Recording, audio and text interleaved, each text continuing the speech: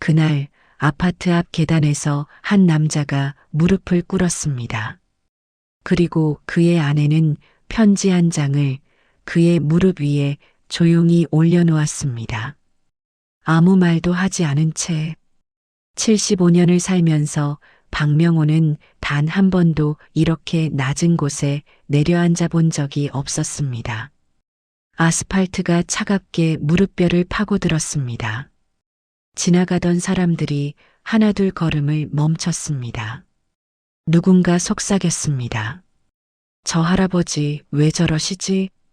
명호는 떨리는 손으로 편지를 펼쳤습니다. 딱 한 줄. 이제 저도 좀 제 맘대로 살고 싶습니다. 그는 고개를 들어 그녀를 올려다봤습니다. 평생을 함께한 여자. 40년을 같은 집에서 잠들고 깨어난 여자. 김영희. 그의 아내가 아니, 이제는 아내가 아닐지도 모를 그녀가 그를 내려다보고 있었습니다. 그녀의 눈에는 눈물이 없었습니다. 그게 더 무서웠습니다. 돌아와줘. 제발. 명호의 목소리는 떨렸고 창피했고 비참했습니다. 하지만 상관없었습니다. 이 순간 자존심 따위는 아무것도 아니었습니다. 그녀만 돌아온다면 무엇이든 할 수 있을 것 같았습니다. 하지만 영희는 고개를 저었습니다. 천천히 단호하게. 이제 나도 좀 내 맘대로 살고 싶어요. 명호 씨. 명호 씨. 그녀는 그를 그렇게 불렀습니다. 여보도 당신도 아닌 명호 씨. 그 거리감이 칼처럼 가슴을 찔렀습니다. 영희는 돌아섰습니다. 봄바람이 그녀의 흰 머리카락을 흩날렸고 명호는 그 뒷모습을 바라보며 깨달았습니다. 그녀가 떠난 게 아니었습니다.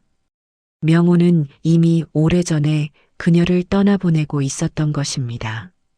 단지 몰랐을 뿐. 그리고 그 시작은 딱 한마디였습니다. 명호가 무심코 던진 돌이킬 수 없는 그 한마디. 모든 게 무너진 건 딱 6글자 때문이었습니다. 그걸 지금 배워서 뭐해. 그날 저녁이었습니다. 영희가 거실에서 복지관 프로그램 안내서를 펼쳐놓고 있었습니다. 명호는 소파에 앉아 뉴스를 보고 있었고 그녀는 조심스럽게 입을 열었습니다. 여보, 복지관에서 서예 강좌한다는데 나 한번 배워볼까 해. 영희의 목소리에는 설렘이 묻어 있었습니다. 마치 소녀처럼. 하지만 명호는 화면에서 눈을 떼지도 않은 채 대답했습니다. 그걸 지금 배워서 뭐해. 그냥 집에 있지. 순간 거실이 조용해졌습니다. 명호는 그때 그녀의 표정을 보지 못했습니다. 아니, 볼 생각조차 하지 않았습니다. 그저 습관처럼 던진 말이었습니다. 딱히 나쁜 의도도 없었습니다. 그냥 현실적인 조언이라고 생각했습니다. 70 중반에 뭘 새로 시작한다는 게 얼마나 힘든 일인가. 차라리 편하게 쉬는 게 낫지 않을까. 하지만 그 순간 영희의 손이 멈췄습니다. 안내서를 넘기던 그녀의 손가락이 공중에서 얼어붙었습니다. 명호는 그걸 몰랐습니다. 영희가 천천히 안내서를 덮는 소리도 조용히 방으로 들어가는 발걸음도 명호는 전혀 알지 못했습니다. 퇴직하고 나서 명호는 늘 집에 있었습니다. 나갈 곳도 할 일도 없었습니다. 아침에 일어나면 영희가 차려놓은 밥상을 받았고 점심에도 저녁에도 그랬습니다. 국은 항상 뜨겁게 데워져 있었고 반찬은 늘 그의 입맛에 맞았습니다. 명호는 그게 당연하다고 생각했습니다. 40년을 그렇게 살아왔으니까. 어느 날 영희가 물었습니다. 저녁 뭐 먹고 싶어? 명호는 TV를 보며 대답했습니다. 아무거나. 당신이 알아서 하지. 영희는 더 이상 묻지 않았습니다. 명호는 그게 편했습니다. 매번 정하는 게 귀찮았으니까. 그렇게 두 사람은 같은 집에 살면서도 점점 다른 세계에 살고 있었습니다. 명호는 자신의 방에서, 영희는 부엌에서, 두 사람은 각자의 공간에 갇혀 서로를 보지 않았습니다. 아니, 명호만 보지 않았던 건지도 모릅니다. 그날 밤 영희는 침대에 누워 천장을 바라보며 일기장을 펼쳤습니다. 낡은 공책, 10년도 넘은 것. 그녀는 떨리는 손으로 펜을 들었습니다. 이 사람은 나를 아내로만 불렀다. 김영이라는 이름은 결혼식 날 이후 한 번도 불러본 적이 없다. 나는 어디로 사라진 걸까? 명호는 그 옆에서 코를 골며 잠들어 있었습니다. 그녀의 눈물도 떨리는 어깨도 전혀 알지 못한 채 며칠이 지났습니다. 명호는 그날의 대화를 까맣게 잊고 있었습니다. 아니, 애초에 대화라고 기억조차 하지 않았습니다. 그저 일상적인 한마디였을 뿐이니까. 하지만 영희는 달랐습니다. 그녀는 그날 이후 달라졌습니다. 말수가 줄었습니다. 밥상을 차릴 때도 설거지를 할 때도 그녀의 얼굴에는 표정이 없었습니다. 어느 목요일 오후였습니다. 명호가 동네 경로당에 다녀와 현관문을 열었을 때 집안이 이상하게 조용했습니다. 평소 같으면 부엌에서 저녁 준비하는 소리가 들렸을 텐데 아무 소리도 들리지 않았습니다. 거실로 들어선 명호는 식탁 위에 놓인 하얀 봉투를 발견했습니다. 봉투를 열자 서류 한 장이 나왔습니다. 이혼 신청서. 명호의 손이 멈췄습니다. 글자들이 눈앞에서 흔들렸습니다. 이혼, 신청서, 청구인 김영희, 피청구인 박명호. 그 순간 방문이 열리며 영희가 나왔습니다. 그녀는 조용히 식탁 건너편에 앉았습니다. 장난하지 마. 명호가 서류를 내려놓으며 말했습니다. 장난 아니에요. 이제 그만 살아요. 영희의 목소리는 너무나 차분했습니다. 그게 더 무서웠습니다. 화를 내는 것도 울먹이는 것도 아닌 그저 담담한 선언. 명호는 어이가 없었습니다. 갑자기 왜 이러는 거야? 우리가 무슨 싸움이라도 했어? 갑자기가 아니죠. 당신은 늘 혼자였잖아요. 나는 당신 그림자였고, 영희는 창밖을 바라보며 계속 말했습니다.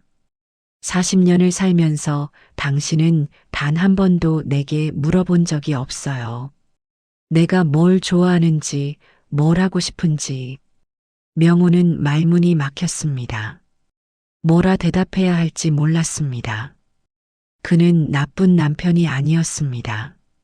바람을 피운 적도 없고 술 먹고 폭력을 휘두른 적도 없었습니다. 평생 성실하게 일했고 월급을 고스란히 집에 가져다 주었습니다. 그런데 왜? 나는 잘못한 게 없잖아. 영희가 그를 바라봤습니다. 그녀의 눈에는 이제 분노도 슬픔도 없었습니다. 그저 텅 빈 고요함만이 있었습니다. 맞아요. 당신은 잘못한 게 없어요. 그게 문제예요. 영희는 숨을 깊게 들이마셨습니다. 퇴직금으로 여행 가자던 약속, 기억나요? 결국 당신 혼자 주식에 다 써버렸잖아요. 난 한 번도 뭐 사고 싶다는 말 못했어요. 맨날 아껴야 한다고, 노후 준비해야 한다고 하면서 정작 당신은 당신 하고 싶은 대로 다 했죠. 명호의 얼굴이 굳었습니다. 그건 사실이었습니다. 퇴직금 3천만 원 중 2천만 원을 주식에 넣었다가 반 토막이 났습니다. 영희에게는 미안하다고 한마디 했지만 그게 그녀에게 얼마나 큰 상처였는지는 생각하지 못했습니다. 영희는 계속 말했습니다. 당신 이름으로 된 통장은 셋이나 있는데 내 이름으로 된 건 하나도 없어요. 나는 돈도 이름도 인생도 다 당신 밑에 있었어요. 그 말에 명호는 할 말을 잃었습니다. 그녀가 맞았습니다. 결혼하고 40년 동안 집안 통장은 모두 명호 명의였습니다. 영희는 생활비만 받았었을 뿐입니다. 그때부터였어요. 내가 당신 인생의 손님이구나 느낀 게. 영희는 자리에서 일어났습니다. 저는 내일부터 복지관 기숙사에서 지낼 거예요. 서류는 다음 주까지 정리해 주세요. 그녀는 방으로 들어가 문을 닫았습니다. 명호는 그날 밤 처음으로 식탁에 혼자 앉았습니다. 냉장고를 열어보니 반찬통들이 그대로 있었습니다. 하지만 국을 끓일 줄 몰랐습니다. 라면도 어디 있는지 몰랐습니다. 명호는 그제야 깨달았습니다. 이 집에서 자신이 할 수 있는 게 아무것도 없다는 걸. 40년을 살았지만 부엌 서랍이 어디 있는지도 몰랐습니다. 그는 식탁에 앉아 식어가는 된장찌개를 바라봤습니다. 영희가 아침에 끓여놓은 것. 집안이 조용히 무너지고 있었습니다. 소리 없이 천천히.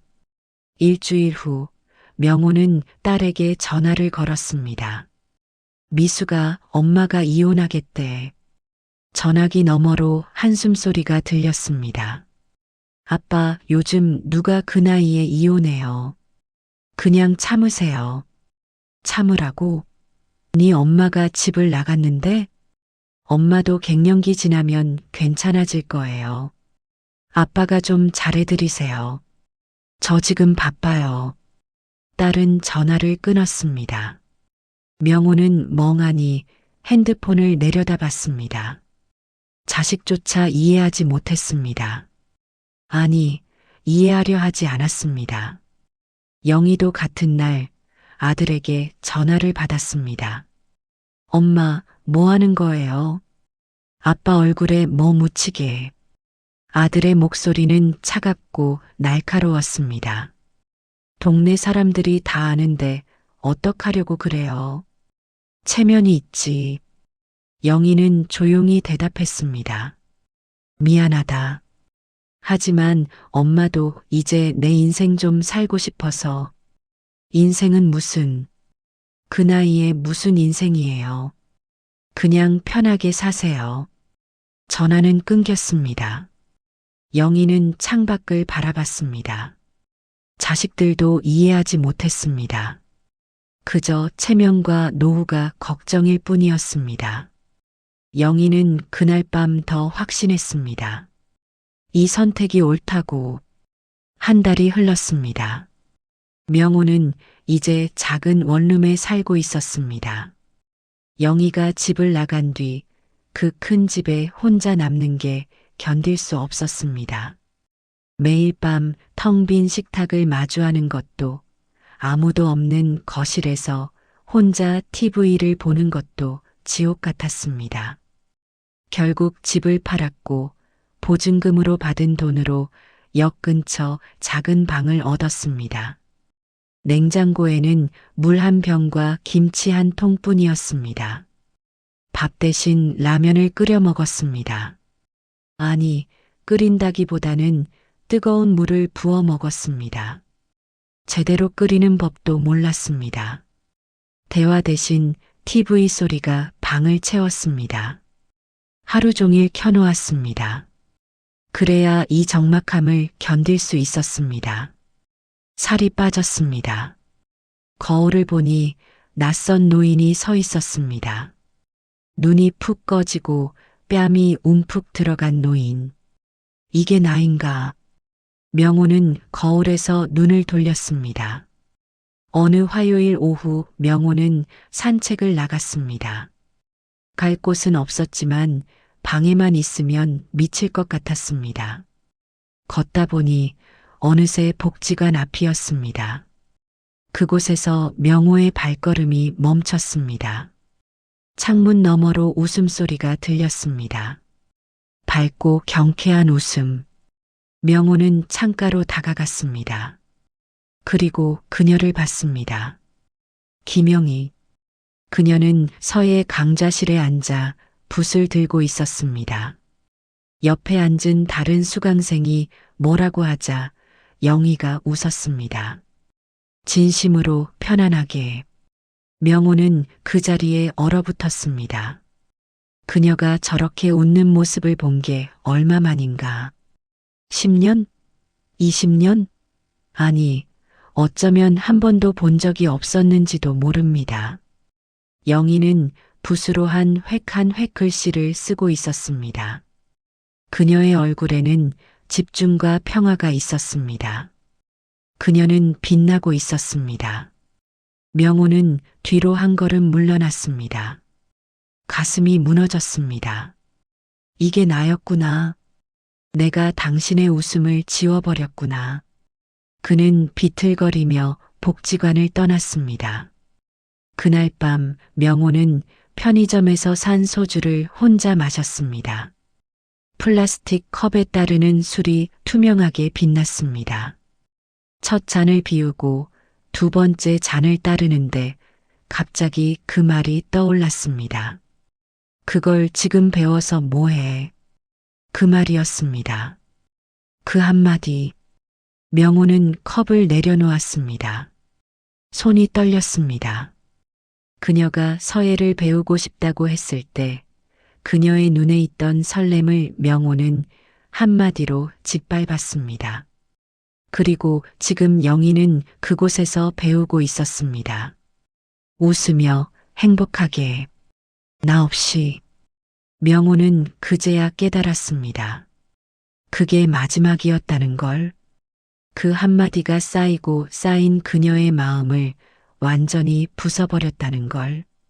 40년 동안 무심하게 던진 수천 개의 말들. 그 모든 게 그녀를 지워버렸다는 걸. 명호는 소주병을 잡고 울었습니다. 75평생 처음으로 소리내어 울었습니다. 좁은 원룸에서 혼자 아무도 듣지 않는 울음을. 며칠 후 명호는 편지지를 샀습니다. 문구점에서 가장 좋은 것으로. 손이 떨려 글씨가 제대로 써지지 않았습니다. 지우고 다시 쓰기를 여러 번 반복했습니다. 미안하다는 말, 돌아오라는 말을 적었습니다. 봉투에 담아 복지관으로 향했습니다. 영희가 서예 강좌를 마치고 나오는 시간이었습니다. 명호는 계단 아래에서 기다렸습니다. 1시간을, 2시간을. 드디어 문이 열리고 영희가 나왔습니다. 그녀는 다른 수강생들과 이야기를 나누며 웃고 있었습니다. 명호는 다가갔습니다. 영희 씨. 영희가 돌아봤습니다. 그녀의 얼굴에서 웃음이 사라졌습니다. 명호는 떨리는 손으로 편지를 내밀었습니다. 미안해. 내 잘못이었어. 다 내 잘못이야. 영희는 편지를 받지 않았습니다. 그녀는 명호를 조용히 바라봤습니다. 그리고 천천히 입을 열었습니다. 명호 씨, 아직도 그 이유를 모르세요? 알아. 그때 내가 무심하게 말해서 그런 거잖아. 서예 배우고 싶다고 했을 때. 아니에요. 영희가 명호의 말을 끊었습니다. 그녀의 목소리는 차분했지만 단호했습니다. 그 말 때문이 아니에요, 명호 씨. 그 말에 당신 마음이 다 드러났기 때문이에요. 명호는 멍하니 그녀를 바라봤습니다. 영희는 계속 말했습니다. 당신은 나를 누군가의 아내로만 봤어요. 김영희라는 사람으로는 단 한 번도 보지 않았죠. 내가 뭘 좋아하는지, 뭘 원하는지, 어떤 꿈이 있는지 당신은 한 번도 궁금해하지 않았어요. 40년 동안 단 한 번도. 명호의 입술이 떨렸습니다. 반박하려 했지만 말이 나오지 않았습니다. 영희의 말은 사실이었습니다. 그는 정말로 한 번도 물어본 적이 없었습니다. 그녀가 어떤 사람인지, 무엇을 꿈꾸는지. 나는 그냥 밥 차려주는 사람이었어요. 빨래하고 청소하고 당신 뒤치다꺼리 하는 사람. 그게 전부였죠. 당신에게 김영이라는 인간은 없었어요. 그저 아내라는 역할만 있었을 뿐이에요. 영희의 눈에 눈물이 고였습니다. 하지만 흘리지 않았습니다. 그래서 그 말을 들었을 때 깨달았어요. 아, 이 사람은 나를 사람으로 보지 않는구나. 이제 늙었으니 쓸모없어진 물건 취급하는구나. 그 순간 40년이 한순간에 무너졌어요.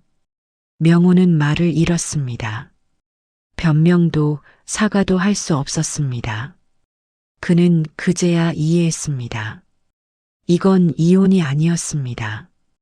영희가 자신의 인생을 되찾은 순간이었습니다. 김영이라는 이름을, 김영이라는 사람을 되찾은 순간. 미안합니다.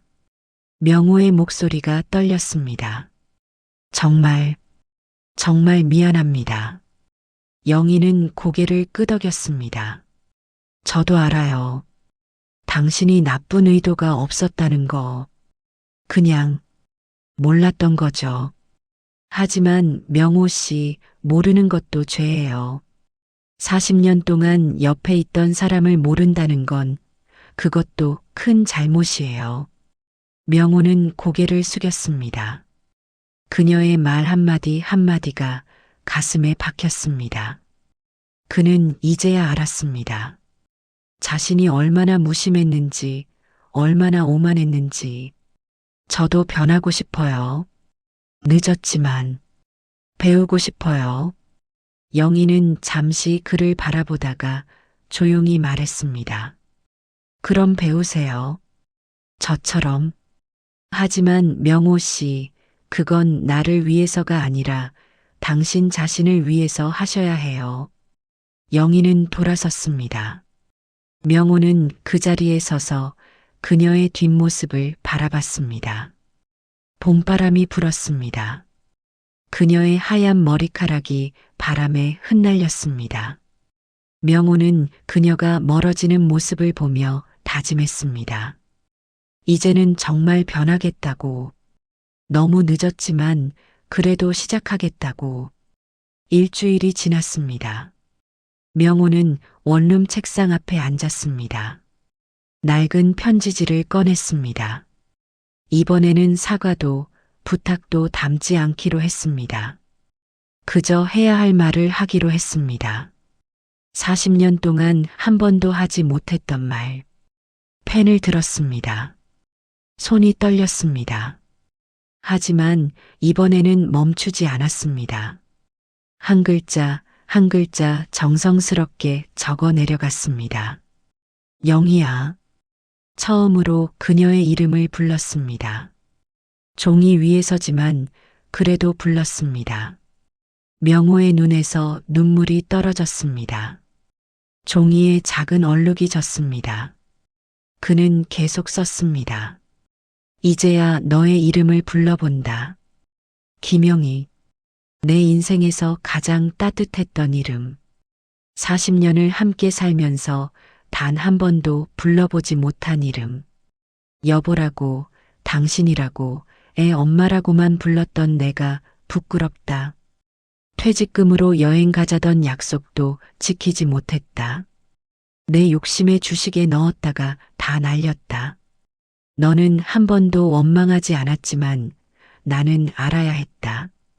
그게 내가 평생 모은 꿈이었다는 걸. 고맙다, 영희야. 40년을 함께 해줘서. 그리고 미안하다. 40년 동안 너를 보지 못해서.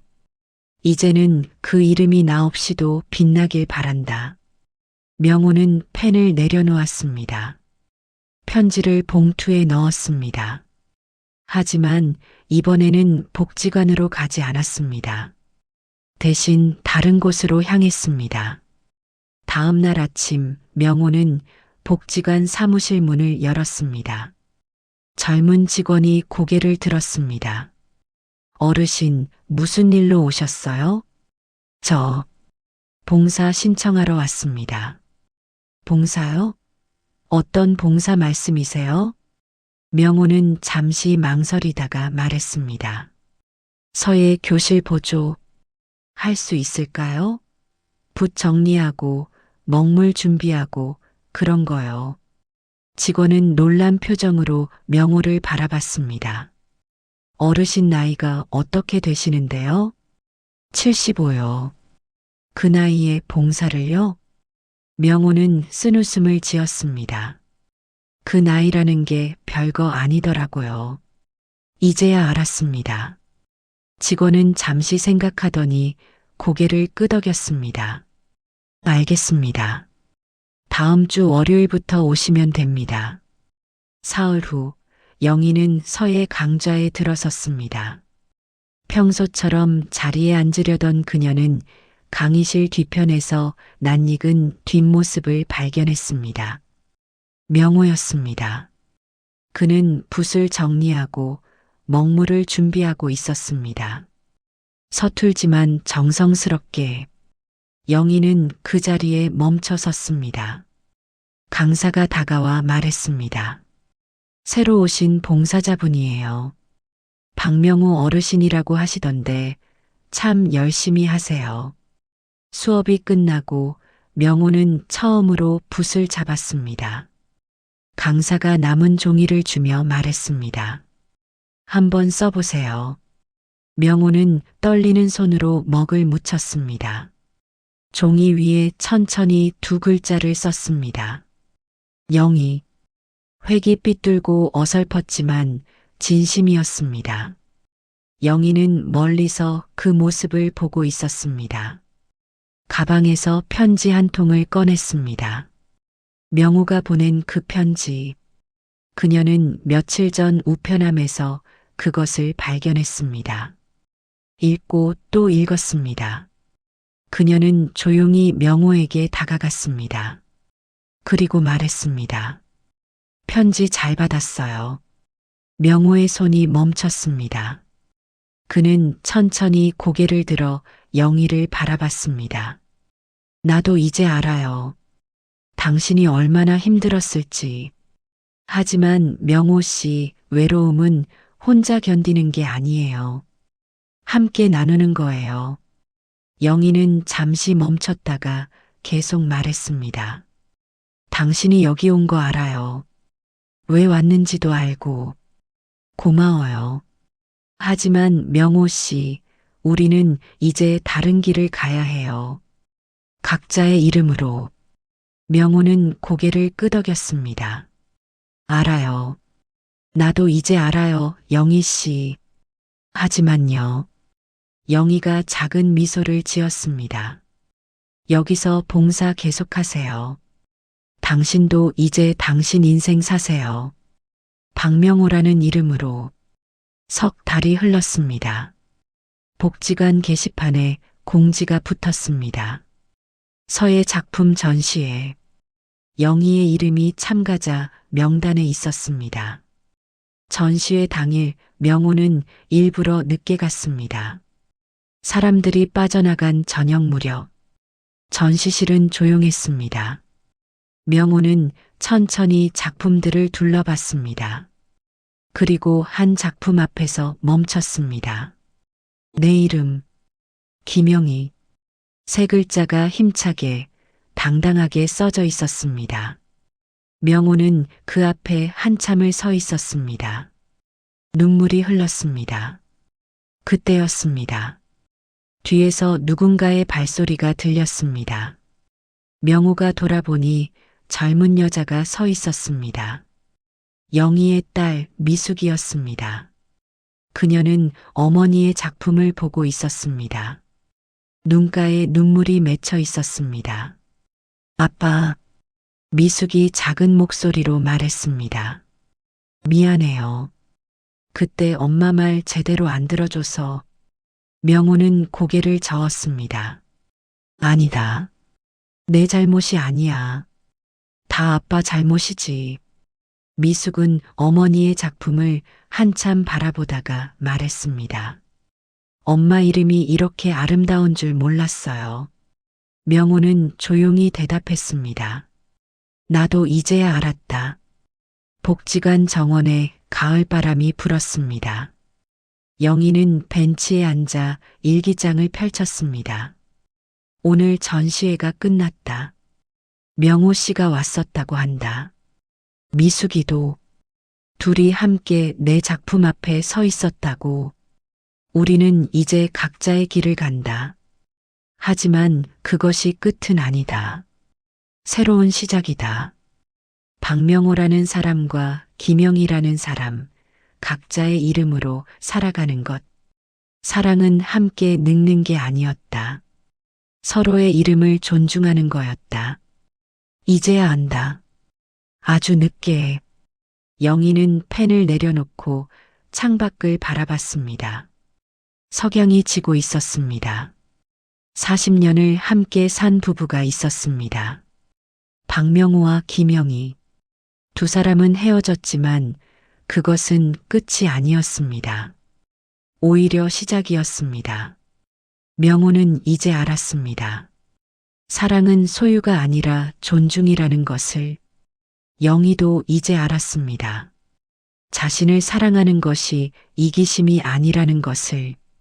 70, 80이라는 나이는 끝이 아닙니다. 여전히 배우고 꿈꾸고 시작할 수 있는 나이입니다. 혹시 지금 당신 옆에도 이름을 잊은 사람이 있나요? 오늘 하루 그 이름을 한번 불러주세요. 그 한마디가 누군가의 인생을 바꿀 수도 있습니다. 당신 인생의 주인공은 바로 당신입니다. 당신의 이름을 부르는 용기를 가지세요. 오늘 이야기가 마음에 와닿으셨다면 좋아요와 구독 부탁드립니다. 여러분의 응원이 더 좋은 이야기를 만드는 힘이 됩니다. 감사합니다.